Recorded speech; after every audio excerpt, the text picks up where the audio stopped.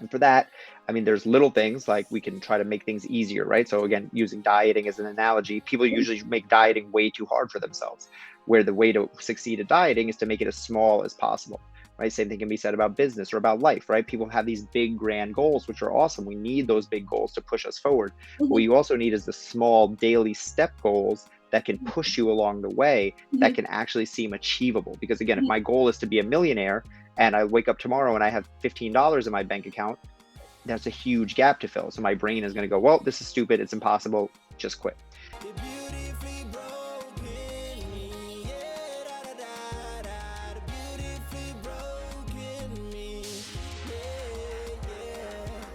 Thank you for joining us today and welcome to the Beautifully Broken Me podcast. Our conversations are centered on helping you tap into your authentic superpowers where you can become your truest, authentic self. Do you want more out of your life? Do you desire a life where you can flourish freely and live a life of peace, joy, and abundance? Leveraging on all of your life experiences and using them as a stepping stone rather than a stumbling block? My guest will definitely challenge your thinking, giving you practical and relatable tools to be more, do more, and have more.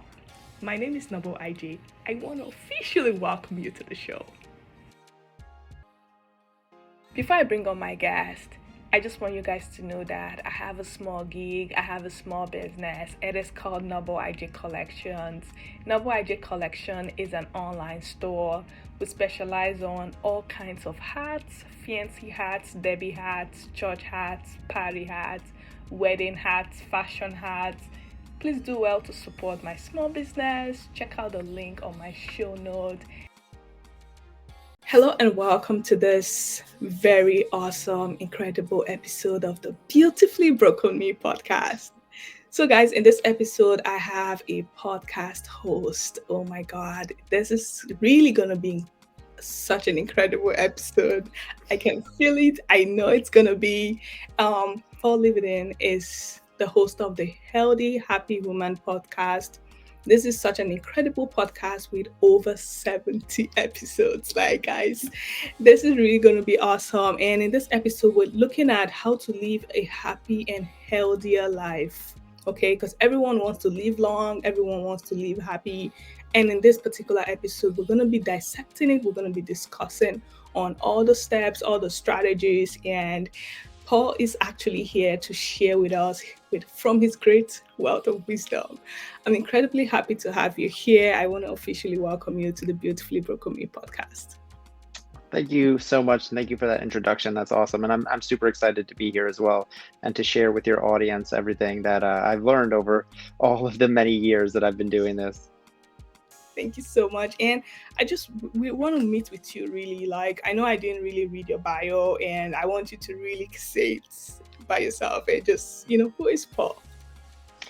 Yeah, for sure. So I right now I am an educator, a podcast host, public speaker, but I specialize in behavior change and helping people build habits and create a successful life that they're passionate about. And I started this by being a fitness and nutrition trainer, and I did that for many years. But if you understand fitness and nutrition, you understand that all of that is really just about behavior change. And that's how I started to learn about this stuff. So because I was doing fitness and nutrition and I wanted to help people more, I started to learn about psychology and psychology of behavior, human behavior and behavior change. And why the main question that I kept coming back to was, why is it so hard for people to do what they say they want to do? Right? I want to eat healthy, but I don't. I want to exercise, but I don't. I want to start a business, but I don't. So all of these things that we say that we quote unquote want, and yet we take actions that are directly counter to those things. And that became the question I became very interested in. And that's why I created my business, my podcast, the Healthy, Happy Human podcast. I have a business called the Healthy, Happy Human Academy, where I teach people how to build the life that they want. Wow, that's so incredible. Honestly, like you just said it, because too many things. I have too many things on my bucket list. I want to do this, but I end up not doing it. And someone said, if you know something and you don't do it, it's just the same thing as not knowing. So I just want us to talk a little bit on that. Why do you think that happens, and how can we change that? Yeah, for sure. I mean, listen, these are the questions that are hard to answer because these are the deep human questions. We're talking about human nature. We're talking about things that are very complicated and complex, right? A phrase that comes up is easier said than done. Almost every podcast, people talk about this, or any show, anytime I talk about the stuff that I'm doing, because easier said than done sums it up, right? These are things that are easy to think about, and when we think about them, they seem appealing, but actually doing them is challenging, and that's where the disconnect comes, right? It's easy, or everyone wants to lose weight, everyone wants to be rich, everyone wants to be healthy. Of course you do. I call these magic wand goals, where if I had a magic wand and I could wave it and give it to you, you would accept it, right? Like someone could say like, oh, I don't care about being rich, but if I walked up to you with a briefcase full of $10 million and offered it to you, you'd probably take it, right? So Mm-hmm. really what you don't care about is taking the actions to get the thing. And that's okay, because these things are hard to do, right? It's hard to lose weight. It's hard to build a business. It's hard to start a podcast. It's hard to do all of these things. And that's the inherent disconnect, right? And again, that's fine. There's no right or wrong way to do this. But to me, it's all about accepting and honoring that, rather than saying like, well, I really want to I really want to start my own business and be an entrepreneur, but I just can't figure out how. That's not really the case usually, right? Because usually we know what to do, we just don't do it. Mm-hmm. I would rather say like, yeah, I would like to be an entrepreneur, but if I think about what it actually would take for me to build my own business, I probably actually don't want to do all of that. And because of that, I'm going to compromise and work at the X job or something like that, because that, at least I'm being honest with myself, right? That's the thing. People use, they have what people call excuses. It's not excuses, it's real, they're real reasons, right? It's like, again, I use weight loss. Like I said, I come from the fitness background, so I use weight loss as an analogy a lot, just because everyone can understand it, right? Almost everyone's had a weight loss journey in their life. So like when you say that, like, oh, like, well, I want to lose weight, but I'm just not motivated, or I want to lose weight, but like it's just so hard. Like, yeah, that's true. Like ice cream is always going to taste better than kale. That's never going to change, right? And the things in our life that we enjoy are always going to be around food. So it's like, it's not like, oh, it's not like a thing that we're imagining. It's just that this stuff is harder. Mm-hmm. Now, the result at the end might be worth it, but it just is genuinely hard. And as humans, we have an aversion to anything hard, right? And this is, it's a survival mechanism. Your brain doesn't want to put you at risk. So Mm-hmm. anything that pushes back, that's hard, inherently we pull back from, because it's like, well, that seems dangerous to us. So we have this inherent paradox where it's like, I want something that, like, everything that I want is hard to get, but I don't want to take the actions to get it because it's hard. So, and that's battling inside of us all the time. So like, what do we do about that is the big question. And for that, I mean, there's little things like we can try to make things easier, right? So again, using dieting as an analogy, people usually make dieting way too hard for themselves, where the way to succeed at dieting is to make it as small as possible, right? Same thing can be said about business or about life, right? People have these big grand goals, which are awesome. We need those big goals to push us forward. But what you also need is the small daily step goals that can push you along the way, that can actually seem achievable. Because again, if my goal is to be a millionaire, and I wake up tomorrow and I have $15 in my bank account, that's a huge gap to fill. So my brain is going to go, well, this is stupid, it's impossible, just quit. But if I understand that I want to be a millionaire, and no matter what, I'm not going to have $1 million in my bank tomorrow, but tomorrow I can wake up and I can do whatever process I need to do to work on tomorrow, whether it's, again, DMing prospects on social media, whether it's practicing my pitch for something, whether it's practicing writing my book, whatever the thing that could theoretically make me rich in the future, that becomes the thing to focus on, rather than focusing on the big, giant, ambitious, Absolutely. whatever it is. Wow, that's incredible. And I just want you to touch on instant gratification for a little bit, because sometimes we just kind of like, you know what, I know what to do, especially like, some of us ladies, some of us, we might have like big stomach and we just want to like have like a flat belly or whatever. And we just want to be like, yes, I'm just really not going to eat carbohydrates. I'm Right. not going to eat carbs. I'm just going to cut down on carbs. And all of a sudden, I'm going to be eating salad or whatever it is. And then all of a sudden, we find ourselves back to what we usually do, or back to eating Burger King and stuff like that. I'm not saying those things are not good, but, Yeah. just a little bit on instant gratification. For sure, I totally get it. It's pretty much the exact same thing because instant gratification is just the other side of that coin, right? What I was just saying was that everything that we want to do is hard, and our brain doesn't like hard things because it Mm, means that we could fail and we're in danger. The flip side of that coin is instant gratification. That's easy. That's right now. That's giving me that win. That's giving me that instant hit of dopamine. So inherently, our brain goes away from the thing that's hard and goes towards the thing that gives me the instant gratification right now because that's what makes it feel good. You have to understand our brain works in today, right? As humans, our greatest thing that has made us rise to the top of the food chain is the fact that we can think about the future. mm, No other animal plans for the future. Like a squirrel might hide nuts for the winter, a beaver might build a dam, but it doesn't understand the ramifications of I do something today that has effects a year from now, 2 years from now, 5 years from now. So we have that, but it's still against our natural genetic predisposition to care about survival today, right? mhm, That's what an animal instinct, all an animal cares about is surviving. We are animals at the end of the day.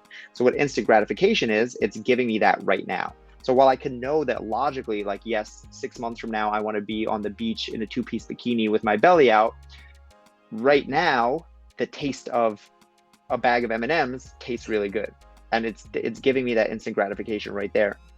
So that's again a constant. So this is why when I teach this stuff, I always teach in all my courses. I teach what I call the change loop, and the mm, change loop is what I call awareness, education, and then action, right? mm, And I call it a loop because you always come back. It's ever circling. But the first step is awareness, and the first thing, a lot of these things is that's why that's my podcast is about, is just making you aware of these things because a lot of this stuff is happening subconsciously where we don't realize that it's happening, and it's just kind of, again, it's just playing in the background.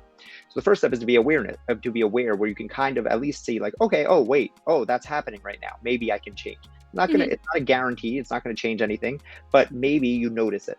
The next step is education, and then the last step is action, as you said, because without action, all the education in the world, it really means nothing. So we have to do, or we all three pieces though are integral parts because you can't have one without the other, right? I can't take action in something that I'm not aware of or educated around, right? I can't be educated on something that I'm not aware about. And I can be aware, I can have education, but if I don't take action, it doesn't matter. So again, all three pieces matter. But to go back to your question about instant gratification, it's just one again, like it's an innate human instinct, right? We mm, want instant gratification. A baby that cries gets its mother's milk right now, mhm, right? If something hurts, I want the pain taken away now, not a week from now. So that's innately human in us.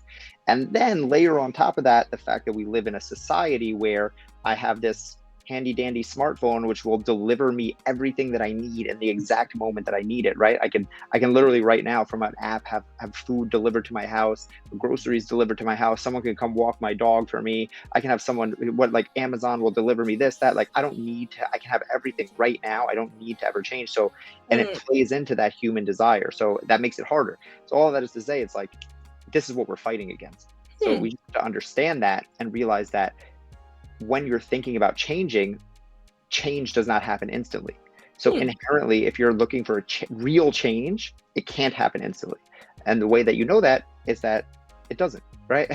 I would say if it were that easy, it would be done already, mhm, right? Weight loss. So people again using weight loss as an analogy. Everyone, okay, I'm in New York. Winter is just ending. It's just getting a little bit time. Maybe it might be in warm enough to take off our jackets this week, and people start to realize like, oh, I was in, I've been wearing jackets for a while. I've kind of put on a little winter fluff.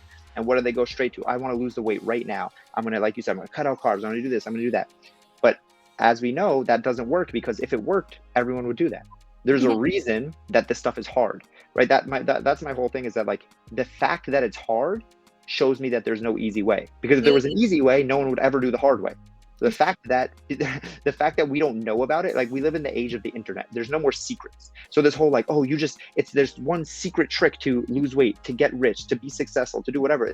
It's not that, because if it was, everyone would do that and everyone would have that result. mhm, So inherent is just that understanding, and no one wants to hear that, because again, when you're in that moment, when you are that person who's trying to get rich, who's trying to do this, who's trying to lose weight, you want it to be easy because no one wants to do hard things. but we just have to accept it and realize that like there is no way around it. The more like the thing is like you're literally fighting the universe at that point. You're like that's like trying to say that I don't want gravity to exist. It's like you can kick and scream as much as you want, but it's going to be what it's going to be. So that's why, again, I always start with acceptance, because it's like there's no any energy you spend trying to fight the reality is just wasted energy that you could be putting into doing the real thing, right? So like I said, using weight loss as a perfect analogy, I can tell you hundreds and hundreds. I worked at a gym, like a commercial gym for almost a decade. And I can tell you how many people would say that they try to take that easy way out, right? I'm just going to cut out carbs. I'm going to cut out this. I'm going to cut out this. I'm going to cut out this. I'm going to go in the sauna. I'm going to run on the treadmill. And it's like, I'm going to lose the weight in 2 weeks.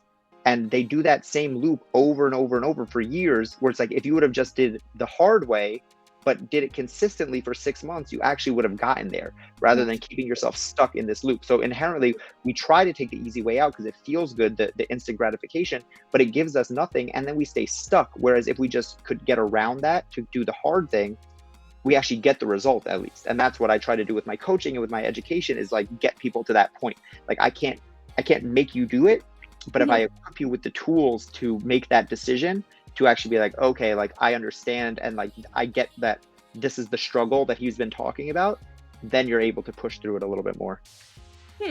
Wow, this has been really, really, really interesting and exciting already. Like, I just want to know, like, how do we build healthy habits? And in answering this question, I want you to touch on habit stacking. If that Oh, I makes love that. Awesome. Yeah, I mean, healthy habits, like I said, said earlier, one thing is making it as small as possible. So that's the biggest one, is make it as tiny as possible, where you can't mess it up. And this is why, again, people inherently think that this can't be right, because they're like, well, if it's so small, it won't make a difference. But that's the point. It needs to be so small that it doesn't feel like you're changing anything. Because if it's too big, like I said, the human body, the human brain doesn't like change. So say you're going from sleep is a huge one, right? Say you're the person who goes from sleeping, you go to sleep at 1 a.m. and wake up at 10 a.m., 11 a.m. or something like that. You want to start waking up earlier. So what do most people do? Like, oh, well, I heard 7 hours of sleep is good. And I heard that people who are productive get up at 5 a.m. So that means I have to go to sleep at 10 p.m. and wake up at 5 a.m. It's like, that's a huge change. Your brain, you're just not used to it. It's not going to like it. Like, sense. can you force your way through it? Yeah, sure, maybe. Anyone can. But what would be a much better thing to do is gradually 12 to 11:30, 11:30 to 11:15. Yes, again, it's not instant gratification. It's not the change that you want like this, but in 2 months, you would be where you needed to be, and it wouldn't feel like you're reinventing the wheel.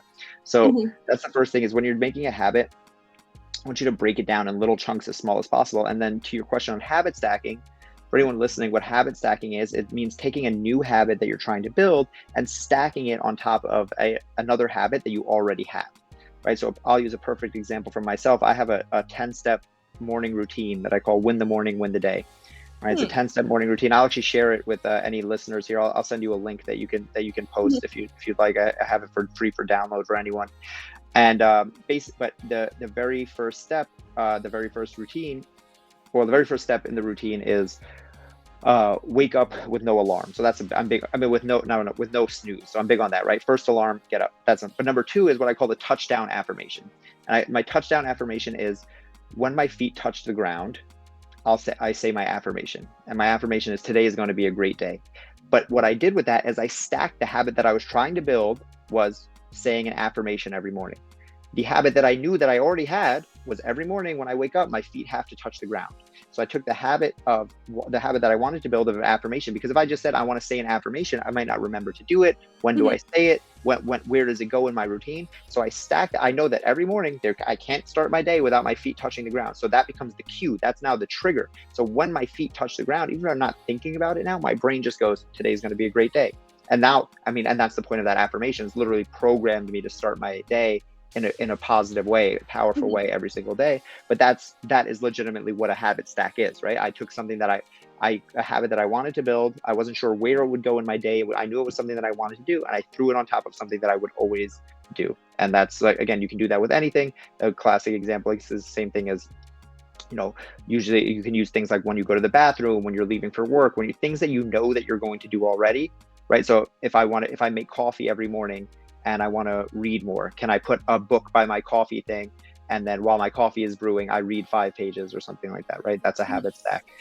So stuff like that. But yeah, but it also goes hand in hand with, like I said, making the habit so small that it blends in there seamlessly. So to use that example, if the habit that I was trying to build was going to the gym, that wouldn't work there, right? Because that's too big of a thing, and it's too much. It's changing the routine too much. When I'm getting out of bed, adding a simple affirmation or mantra doesn't really shake things up too much, right? Mhm.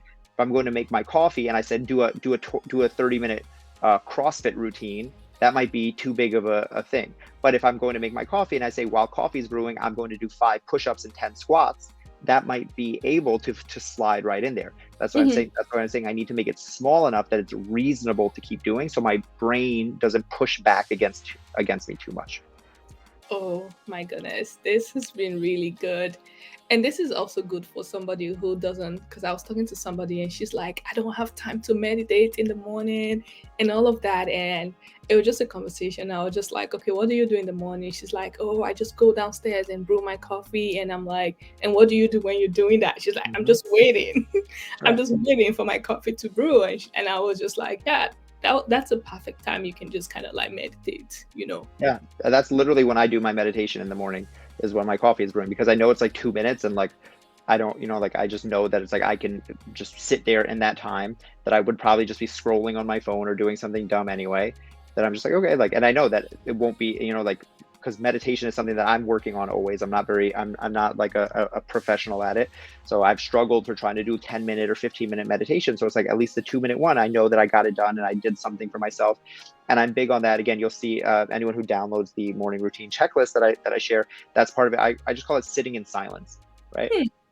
Just Wow. as part to start your day out, because again, people get overwhelmed by the word meditation.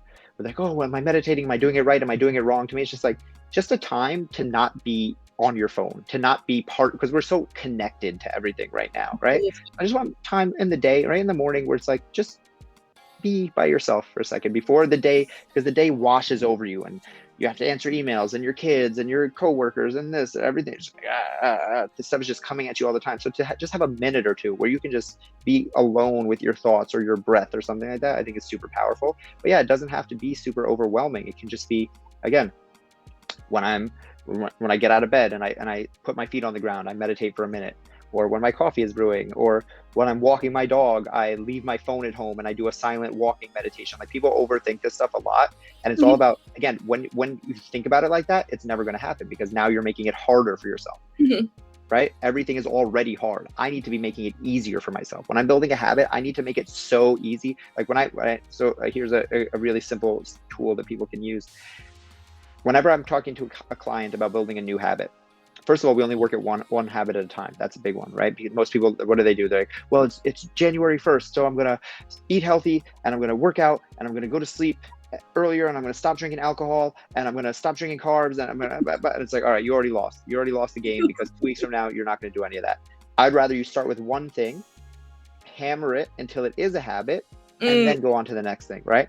And then when we're working on that one habit, I'm going to ask one simple question. On a scale of 1 to 10, how confident are you that you can do this at the rate that you said? So if you say, I want to go to the gym 4 times this week, I'm going to say on a scale of 1 to 10, with 1 being this is impossible, 10 being there's no possible way come the end of the world that I can't accomplish this.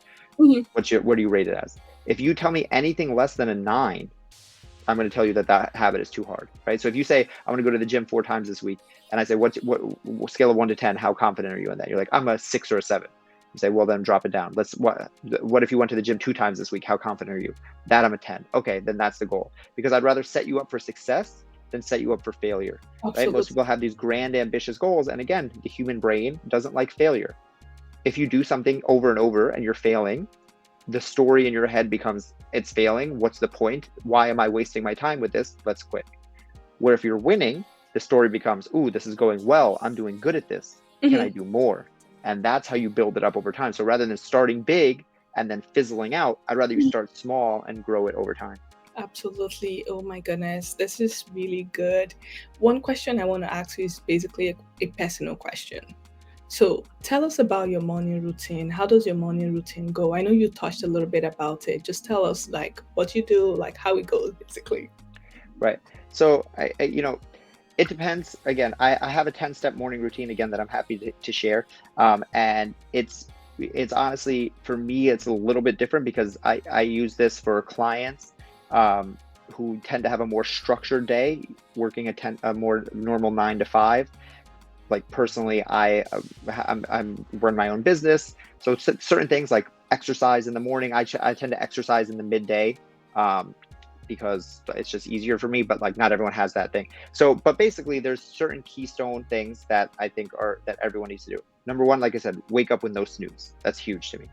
Like if you're snoozing your alarm 3, 4, 5 times, you're doing no one a favor because you're getting right. This is the thing people don't understand about snoozing. It's like when you snooze your alarm, you're not getting good sleep in that time, right? So if my alarm goes off at 6 and I snooze it till 6:30, that 30 minutes in between there is not deep sleep. I'm not actually getting good rest.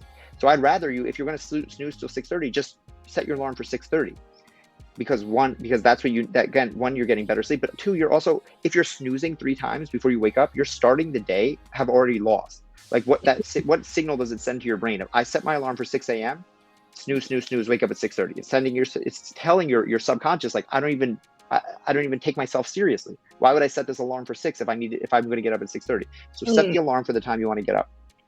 That's huge. Number two, like I said, as soon as my feet touch the ground, touchdown affirmation.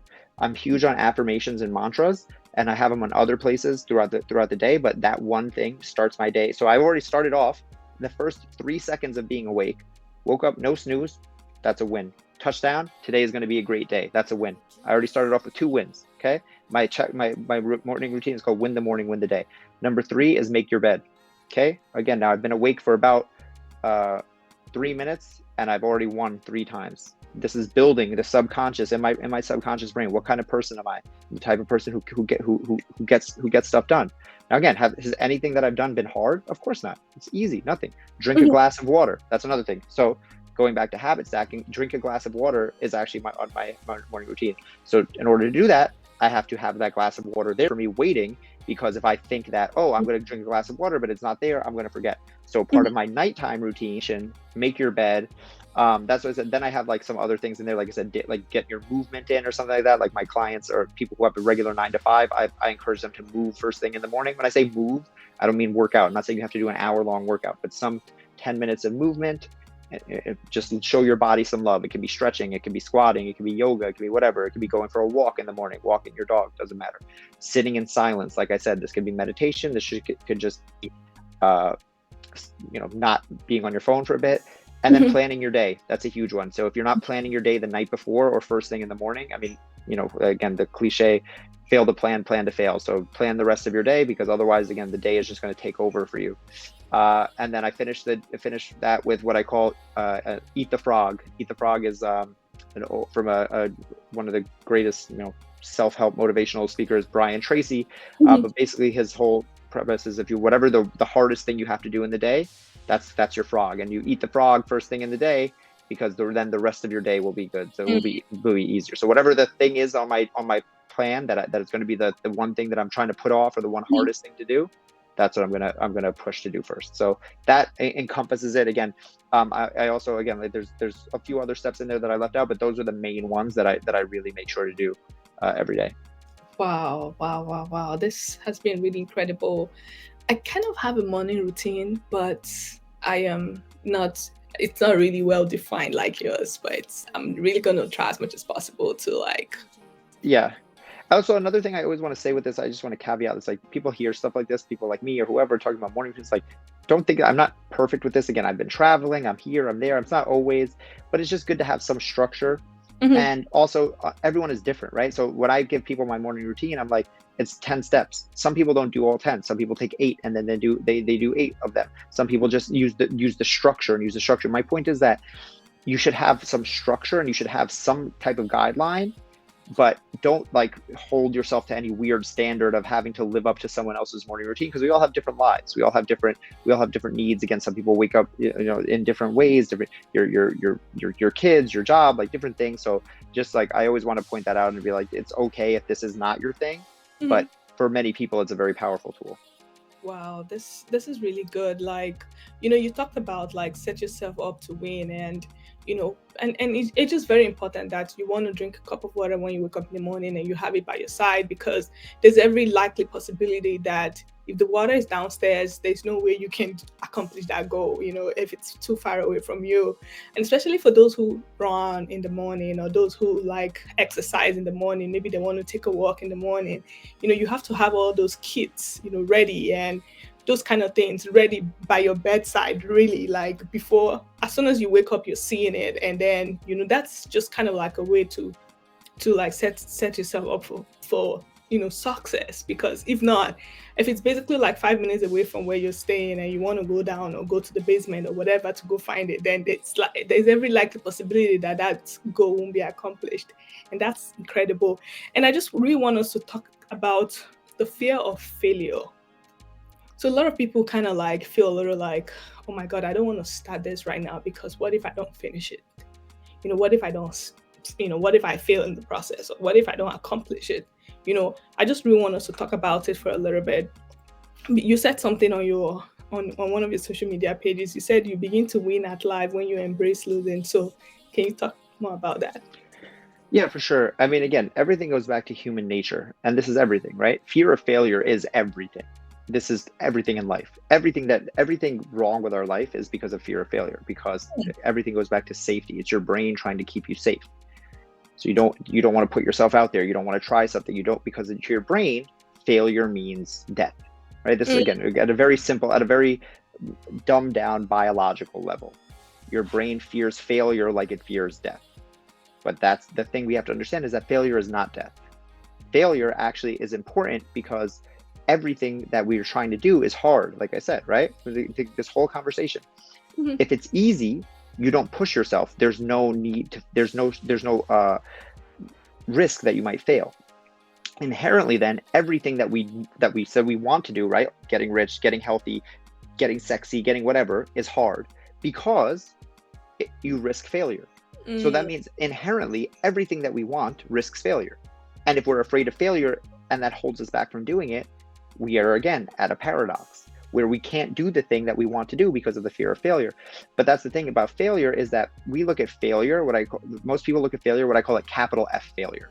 Failure as its final, right? Failure means death. Failure is, oh, I tried and I don't get any more chances. Game over, and that's done. But in reality, failure, it's little f failure. And little f failure are those little bumps along the road that take us to the ultimate goal, right? So those are the little things that we learn from. Those are the life comes in waves and ebbs and flows.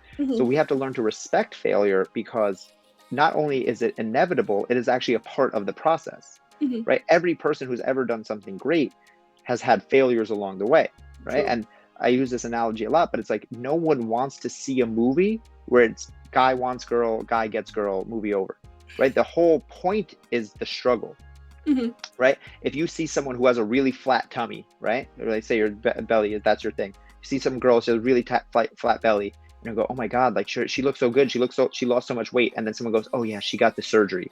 Immediately you lose interest, right? Immediately you go, oh, okay, like whatever. Right? Yeah. It's not nearly as cool, because you know that she didn't work for it. She didn't struggle for it. So inherent, we understand this at a human level, like that we want to see that struggle.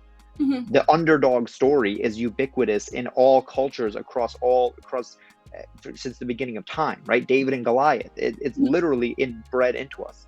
The struggle to success means something. Again, same thing with money, right? Someone's like, oh my God, you see some guy pull up in a super fancy car, like, oh, how do you make his money? Oh, he inherited it from his grandfather. Oh, who the hell cares then? No one cares about that. So it's like we have this weird thing where we avoid failure, but failure is the only thing that allows us to be successful. So it's like we have to flip it, because once you stop being afraid of failure, and that's the other thing, that again, failure is not capital F failure, it's little f failure. So even if you do quote unquote fail, that doesn't mean anything, because you just get to try again and try again and try again. With failing on your diet, there's no such thing as failing on your diet. There's stopping. You stopped your diet and you didn't fail. You just gave up. There's no such thing as failing at a business. You just stop trying.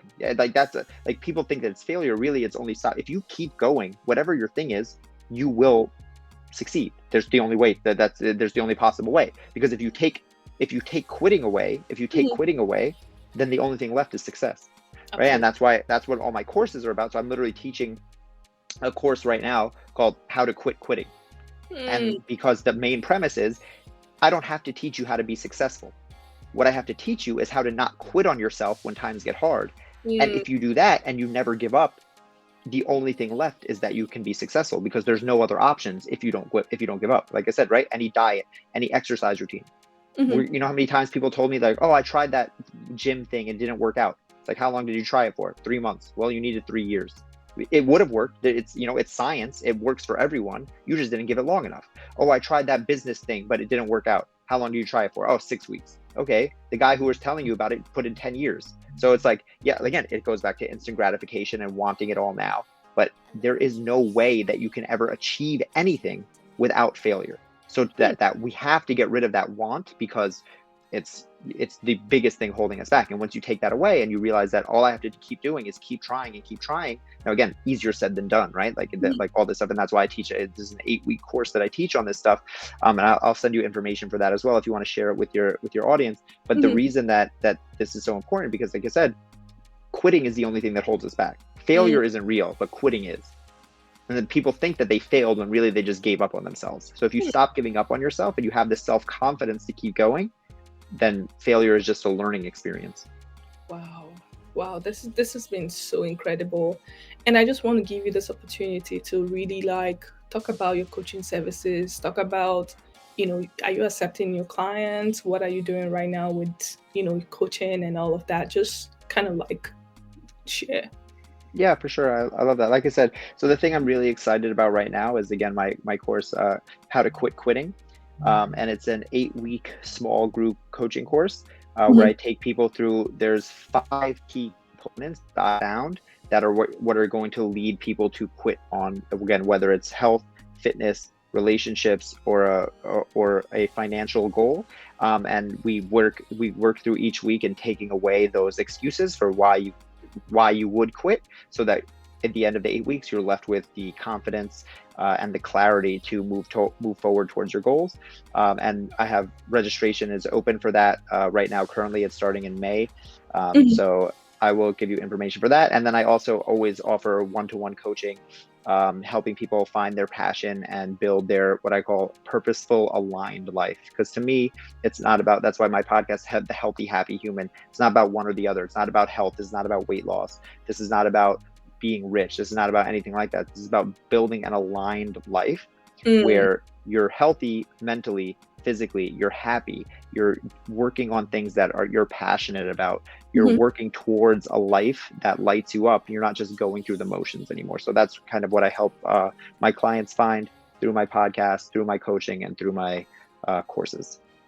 Wow, wow, this is really like seems like something I want to sign up for because sometimes in life we just do some things and all of a sudden we're tired, which because when we start a habit, right, Right. especially at the beginning of the year, January 1st, we're just like, yes, so this year I am gonna do this.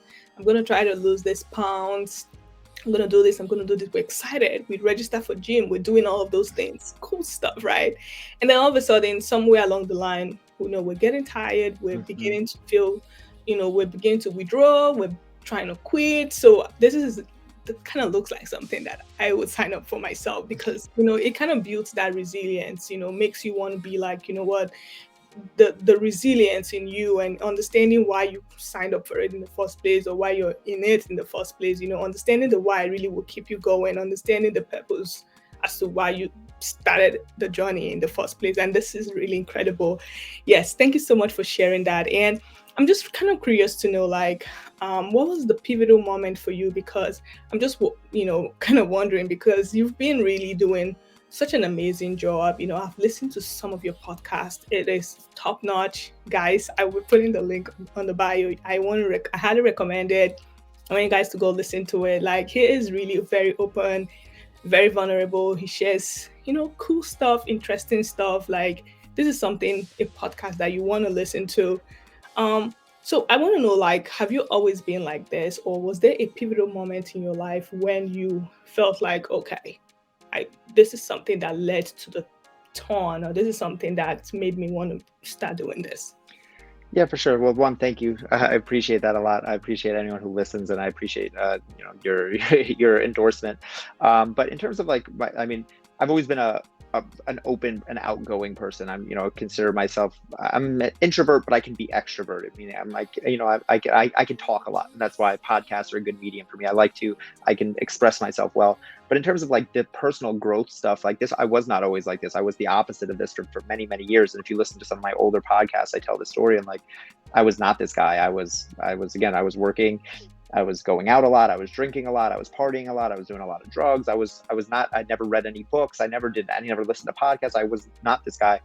And then, through a combination of things, it was my nephew was born, who was my first nephew, who kind of made me think about things like that. I was also handed a book that was very pivotal to me, which is the book Think and Grow Rich, which is like one of those like very old, well-known personal development books. And it was just like in this weird transitional time in my life where I was kind of like, I had been at my job long enough where I was just kind of like, well, what else is there out there? And it's specifically the books, and that it kind of just landed me in this thing and again, I was looking back at my life of the last 5 years, just thinking about what had I really done. Nothing but just party and drink and that, and sleep a lot because I watched a lot of Netflix. I wasn't doing anything with my life, and I was like, what's going to happen if I keep going in that way? And Mm. like the next 5 or 10 years looks exactly the same. And then again, I got this book and I read it. I hadn't read a book in about 10 years. I was not a reader. And, someone just randomly handed me this book. A member at the gym was like, hey, I think you might like this. And for whatever reason, I decided to actually read it. And that opened my mind to what I call personal development. And when I started reading books and I started listening to podcasts, and I realized that like my life could be better, but I had to make it that way. It was not, like I could settle, I could sit and be exactly where I was and just coast for the rest of my life. I was 25. I could coast and just kind of, accept the bare minimum, or I could have the ultimate life that I wanted, but I had to go out there and take it. And so I started to build my life the way I wanted it. And then through doing that, I learned that anyone can have this because there's nothing special about me, right? People look at my life, that's so cool, you're an entrepreneur, you do travel, you do this, you do that, but it's like anyone can have this. Like, I just fucking did it. And that's why I teach people now. It's like there's nothing special about, I just figured it out through trial and error, and I want to save people time. So now I teach people how to do this, how to go all in on themselves, how to start and not stop, how to not quit, how to have self-confidence, because that's the secret. When you have that, again, you can take that and pour it into whatever bucket you want. If you want it to be fitness, if you want it to be about business, if you want it to be about whatever you do, it's the same root things that we have to tackle. So yeah, I just became super passionate about it, and never stopped from there. Powerful. That's such a powerful story. Oh my goodness, that's so incredible.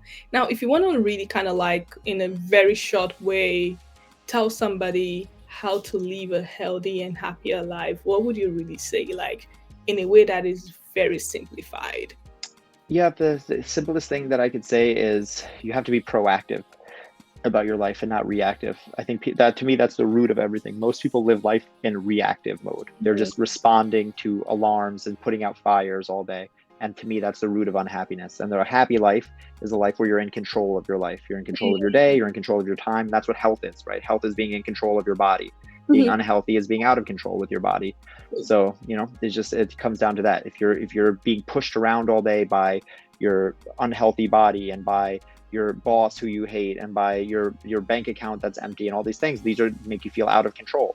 When you have your own time and when you're healthy and you go on a hike and you can do all these things, you feel in control. So, if you can just live your life proactively where you're making decisions ahead of time, that's the key to me. Absolutely. Oh my goodness. This has been incredible. We're about to wrap up, guys. So quickly, what would you tell the younger Paul of like 15 years old Paul? Yeah, I mean, just that you can do literally anything you want if you just start and don't stop. Just don't quit. And you just pick and choose, because I think most people don't try because they think it's impossible. But literally you can do anything if you just start, and with the most passion, just never stop. So, there's nothing that's out of the realm of possibility. The only thing that's going to hold you back is your own self-beliefs. Wow. You can be anything you want if you start and don't stop. Wow, that was for me, that was like a drop mic moment right there. Oh my God. That's so powerful. Thank you so much, Paul, for coming on. If you want to leave us with a last word, what would that be? Nothing, just to educate yourself and keep listening. If you're here listening to something like this, watching something like this, you're in a good place. I would say that there's so much information out there. that you don't need to settle. Just listen to podcasts, read some books, and your life can change very easily. Oh, thank you so much, so much, so much, guys. I will put all his informations. I will put all his information on the show note, definitely. Thank you so much, Paul, for coming on and for joining me. I really, really appreciate it. Thank you. Thank you. Wow, what an incredible episode. I hope you've been blessed by this episode. Please be sure to subscribe so that you'll be the first to know when we upload a new episode. And please feel free to also tell a friend if this episode has greatly inspired you.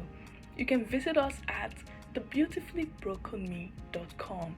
You can also send us an email at noblej@noblej.com. We're also on social media at The Beautifully Broken Me. Thank you for listening. Stay blessed. Be well.